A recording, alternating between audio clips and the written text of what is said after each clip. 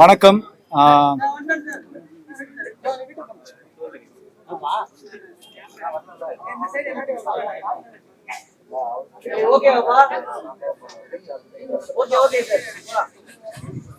ஓகேவா, போலாமா? வணக்கம். பத்திரிகை துறையில் இருக்கவங்க எல்லாருக்கும் மிக மிக நன்றி. மிஸ் யூ படம் டிசம்பர் 13 ரிலீஸ் ஆகுது. தமிழ்நாடு, உலகம் முழுவதும் ரிலீஸ் ஆகுது. ஒரு நல்ல படம், யூ சர்டிஃபிகேட் படம். ஒரு பெரிய வெறுப்பு, வயலன்ஸு, ஹேட்ரடு அது எதுவும் இல்லாமல் க்ளீனாக ஒரு குடும்பத்தோட ஒரு பெண் குழந்தையோட முகத்தில் எந்த சுளிப்பும் இல்லாமல், எந்த அன்கம்ஃபர்டபுள் ஃபீலிங்கும் இல்லாமல் உட்காந்து நிம்மதியாக ரொம்ப நாள் கழித்து பார்க்குற ஒரு படமாக தந்திருக்கும். ஒரு நல்ல படம் பண்ணியாச்சு. ஆனால் இந்த படத்தை மக்கள்கிட்ட கொண்டு போய் சேர்க்குற அந்த பிராண்ட் அம்பாசிடர்ஸ் நீங்கள். உங்களுக்கெல்லாம் பேசுகிறப்போ உங்களுக்கெல்லாம் அந்த படம் பிடிச்சிருக்கு அப்படின்றது எனக்கு தெரியுது. Thank you so much. நல்ல படங்களை நீங்கள் தொடர்ந்து ஆதரவு தந்துக்கிட்டே இருக்கீங்க. அந்த வகையில் மிஸ்யூவும் உங்களுடைய ஆதரவை பெறும். இது மக்கள்கிட்ட சென்றடையும். மக்களுக்கிட்டையும் இது ஒரு பெரிய நல்ல வரவேற்பு இருக்கும் அப்படின்னு நம்புகிறோம். Thank you so much. Dialogue writer Ashok. வாங்க சார், அவ்வளோ பேச்சு வச்சிங்க. அனைவருக்கும் வணக்கம். முதல்ல நீங்கள் எல்லாம் இந்த படத்தை பார்த்து பாராட்டியதற்கும் உங்களுடைய கருத்துக்களை தெரிவித்ததற்கும் மிக்க நன்றி. என் பேர் அசோகார். நான் இந்த படத்தில் வசனம் எழுதியிருக்கிறேன். திரைக்கதை இயக்குனரோட சேர்ந்து எழுதியிருக்கேன். முதல்ல எனக்கு இந்த வாய்ப்பை கொடுத்த தயாரிப்பாளர், இயக்குனர் 2 பேருக்கும் மிக்க நன்றி. எனக்கு மிகப்பெரிய சப்போர்ட்டாக இருக்கிற நம்மளுடைய ஹீரோ சித்தார்த் சார் அவருக்கும் என்னுடைய மிகப்பெரிய நன்றி. எல்லாத்துக்கும் மேலே நீங்கள் எல்லா படத்தையும், எந்த நல்ல படத்தையும் நீங்கள் மக்கள் கிட்ட கொண்டு சேர்க்காம போனதே இல்லை. அது எப்படிப்பட்ட படமாக இருந்தாலும் ஊடக நண்பர்கள் நல்ல படம்னா இதை எப்படியாவது சேர்த்துடணும் அப்படிங்கிற ஒரு உத்வேகத்தோட செயல்படுவீங்க. இந்த படத்துக்கும் உங்களுடைய ஆதரவு எப்பயுமே இருக்கும்னு நான் நம்புறேன். நான் இதற்கு முன்னாடி எழுதின படங்களுக்கும் உங்களுடைய பாராட்டுகளையும் விமர்சனங்களையும் கொடுத்துருக்கிறீங்க. அதே போல இந்த படத்துக்கும் உங்களுடைய ஆதரவும் மக்களிடம் நீங்க அதை மிக சரியாக கொண்டு போய் சேர்ப்பீங்க அப்படின்னு நான் நம்புறேன். வந்ததற்கு அனைவருக்கும் நன்றி. இயக்குனர் ராஜசேகர் இன்னைக்கு அட்லீஸ்ட் 120 நொடிகள் பேசுவாருன்னு எங்களுக்கு ப்ராமிஸ் பண்ணிருக்காரு. Rajasekar sir please. நடுவுல வாங்க சார். தெரியாதேன்னு வாங்க சார். ஓகேவா? ஓகேவா?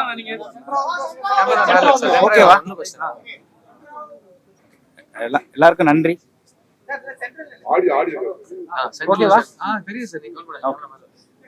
எல்லாருக்கும் ரொம்ப நன்றி.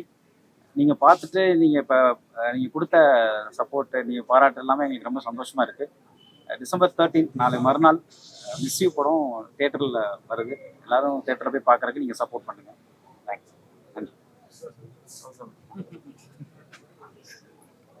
பத்திரிகை நண்பர்கள் வணக்கம். எல்லாருக்கும் இங்க வந்ததுக்கு ரொம்ப சந்தோஷம். இந்த பிரசாத் லேப்ல ஒரு ப்ரிவியூ ஷோ நடக்கிறப்போ நம்ம ப்ரெஸ் நண்பர்கள் படம் பார்க்குறாங்கன்னு தெரியுறப்போ, நான் ஒரு 20 வருஷமா எப்போ என் படம் ரிலீஸ் ஆனாலும் இதே பைக் பார்க்கிங்லாம் சுற்றிட்டு இருப்பேன். இன்னைக்கும் அதே மாதிரி தான் ஒரு அனுபவம்.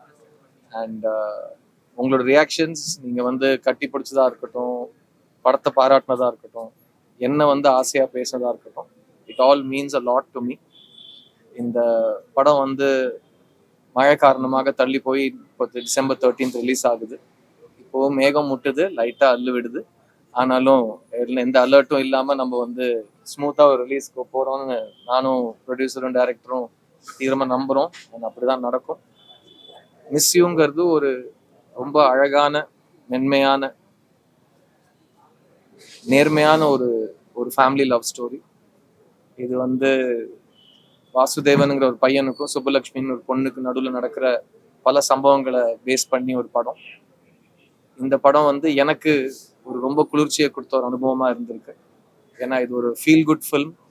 இந்த படம் பார்க்குறப்போ உங்களுக்கு எவ்வளோ ஜாலியாக கவுண்டர் பறக்க, எங்கேயுமே லேக் இல்லாமல், நல்ல சாங்ஸ், நல்ல டான்ஸு, நல்ல ரொமான்ஸ், நல்ல ஃபோட்டோகிராஃபி, நல்ல ஃப்ரெண்ட்ஸோட பாண்டிங், இதெல்லாம் எப்படி உங்களுக்கு ஒரு பொழுதுபோக்காக ஒரு ஜாலியாக அமைஞ்சுதோ அதே மாதிரி தான் இந்த படம் எடுக்கிற அனுபவம் எனக்கு அமைஞ்சுது.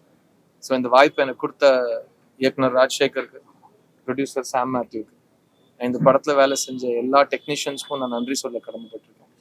ஏன்னா எல்லாருமே ரொம்ப ஆசையோட படம் எடுத்திருக்காங்க. அப்போதான் இவ்வளவு ஜாலியான ஒரு பாசிட்டிவான ஒரு படம் எடுக்க முடியும். அண்ட் எப்பவும் போல ஒரு நல்ல படத்தை வந்து நீங்க கைவிட்டதே கிடையாதுன்னு நாங்க எப்பவுமே சொல்லிட்டு தான் இருப்போம். அது உண்மைதான். இப்போ இருக்கிற காலகட்டத்துல வந்து இந்த மாதிரி ஒரு ஜானர்ல படம் வந்து ரொம்ப நாள் ஆச்சு. ஸோ அதை போய் மக்கள்கிட்ட நீங்க சேர்ப்பீங்கன்னு நான் நம்புறேன். அண்ட் நாளை மறுநாள் படம் ரிலீஸ் ஆக போகுது. I am very very excited. And இங்கிலீஷ்ல ஒரு ஒரு வழக்கு சொல் இருக்கு, I have an ace up my sleeve அப்படின்னு சொல்லுவாங்க. அதாவது என்கிட்ட இருக்கிற ஒரு ஒரு ஏஸ் கிளப்ஸ் என்கிட்ட இருக்கு, ஏஸ் ஹார்ட்ஸ் என்கிட்ட இருக்குன்னு சொல்ற மாதிரி இந்த ஏஸ் ஹார்ட்ஸ் என்கிட்ட இருக்கு.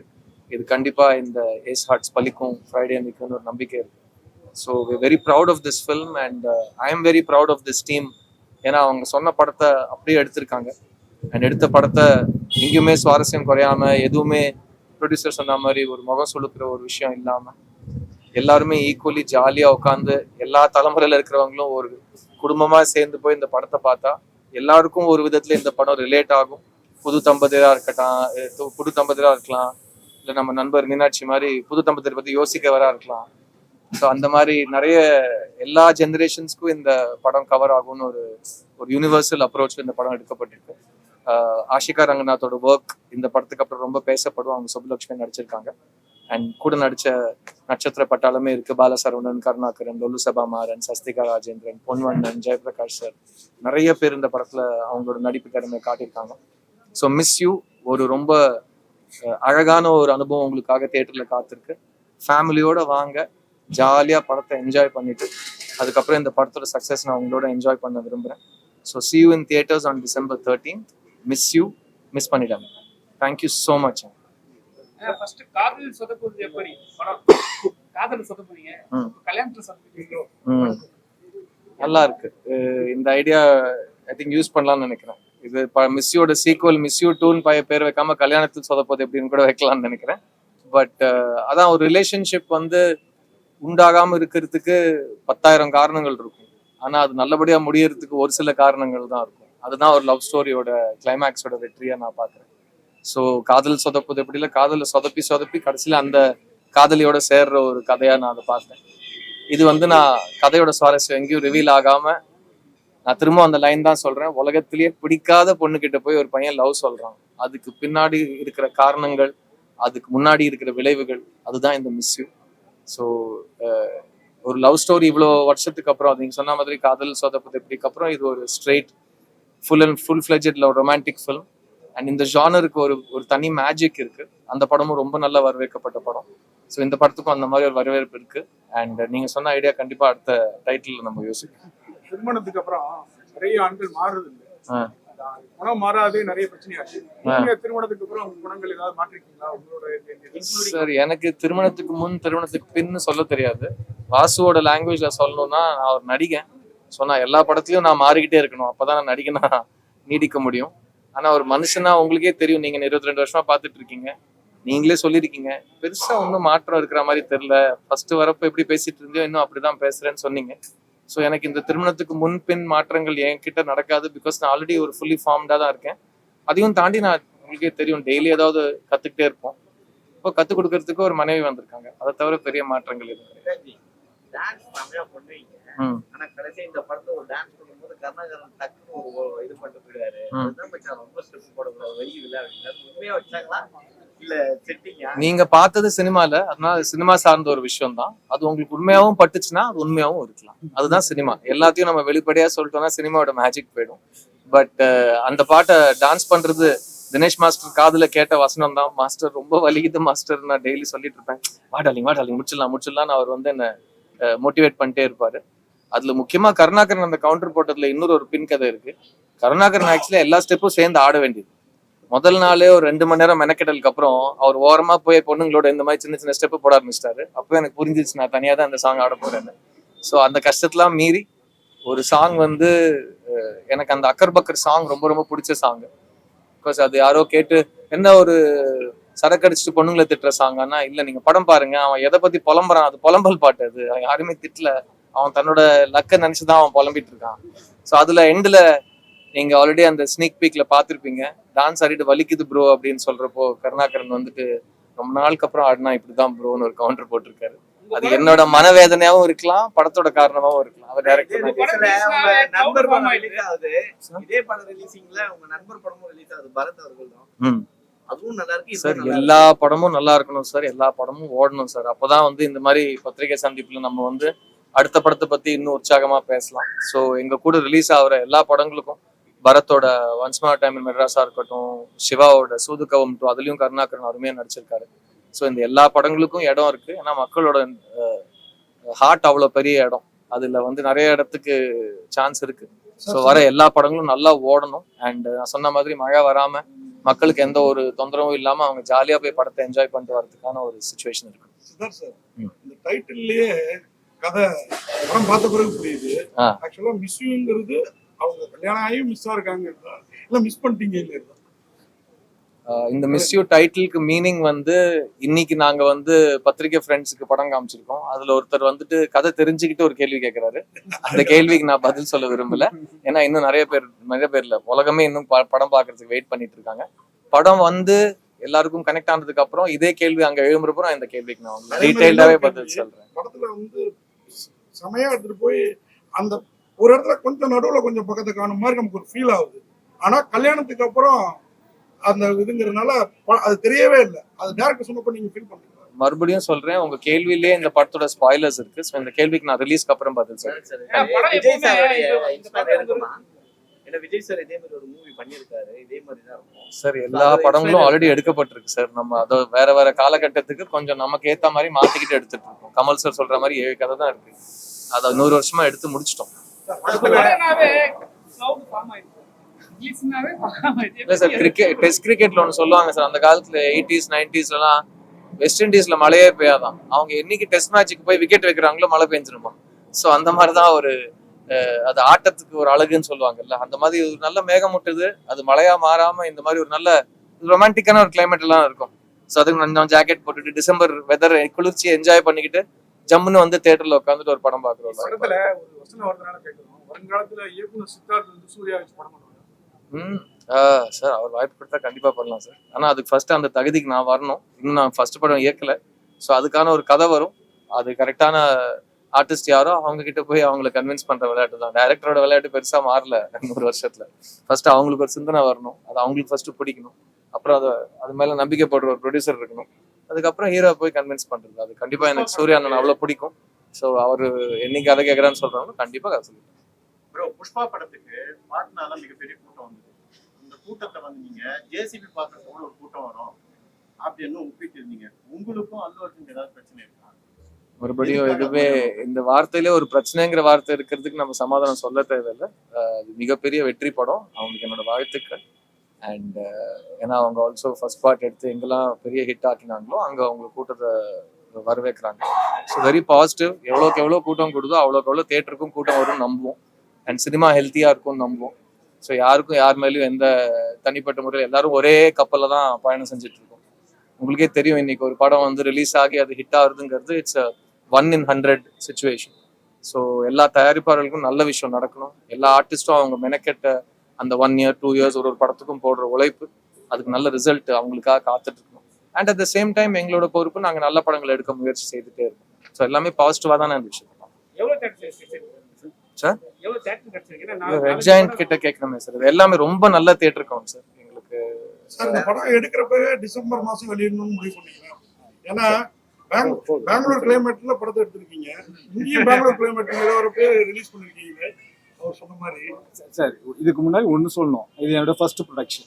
நான் ஒரு லவ் சப்ஜெக்ட் ஒன்று எடுத்துட்டு இது எடுக்கணுமா வேண்டாமா அப்படின்னு நினைக்கிறப்போ எனக்கு என்ன தோணுச்சுன்னா, சித்தார்த் கிட்ட போய் இந்த கதையை சொல்லுவோம். அவர் லவ் ஸ்டோரியிலேயே நடிக்காம இருக்கிறார் ரொம்ப நாளா.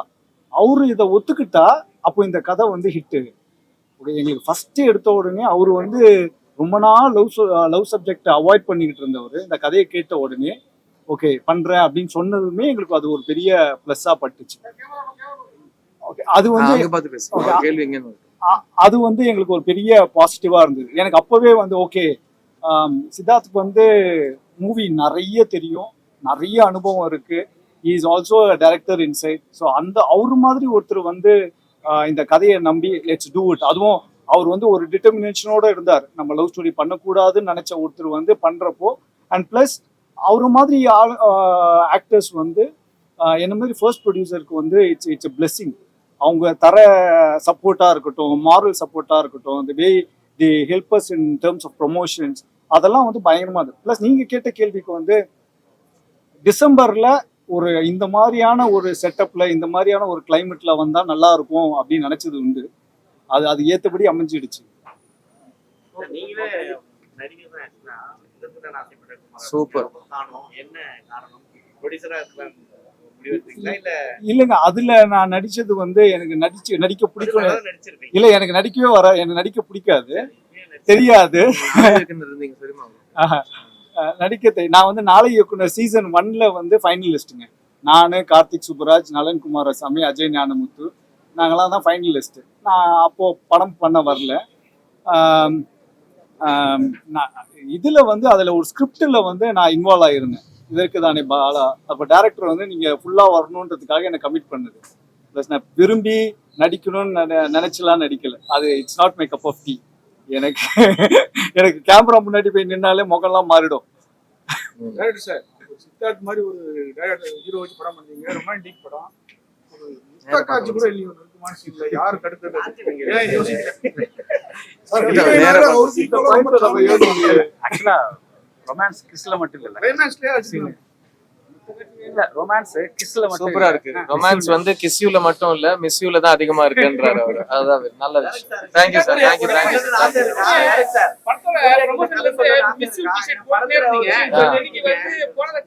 இல்ல சார், நான் ஷூட்டிங்ல இருந்தேன். சரத்குமார் சார் காம்பினேஷன்ல ஒரு படம் நடிச்சிட்டு இருக்கேன். அங்கிருந்து நான் வந்து அவங்க கடைசி கட்டு சொல்றப்போ நான் ஓடி எந்த துணி கிடைச்சதோ உங்களை மிஸ் பண்ணிடக்கூடாதுன்னு சொல்லிட்டு இந்த துணி மாட்டிட்டு வந்திருக்கேன். அடுத்த வாட்டில இருந்து மிஸ் யூ டிஷர்ட்டே போட்டு இல்ல, கடைசி வரைக்கும் இந்த படம் வெற்றி எல்லாமே உங்களுக்கு அட்வர்டைஸ் வேலை வரைக்கும் நான் அந்த டிஷர்ட் தான் போட்டிருப்பேன். இன்னைக்கு என்ன அவசரத்துல போட்டு வந்துட்டேன், அவ்வளவுதான். எனக்காக என்னோட இன்னொரு ஹீரோ, என்னோட ப்ரொடியூசர் அந்த டிஷர்ட் போட்டு வந்திருக்காரு. செட்டில் ஆயிடுச்சு சார். நான் சித்தாக்கு அப்புறம் 2-3 படம் நாங்க பண்ணிட்டு இருக்கோம் சார். ஆக்சுவலா அடுத்த வருஷம் பிப்ரவரியில அடுத்த படம் லான்ச் பண்ணிடுவோம். இன்னொரு படத்தோட கதை ஒர்க் போயிட்டு இருக்கு. ஸோ அடுத்த வருஷம் எங்களுக்கு எட்டாக்கில ஒரு ரிலீஸ் இருக்கும். Thank you sir, thank you so much.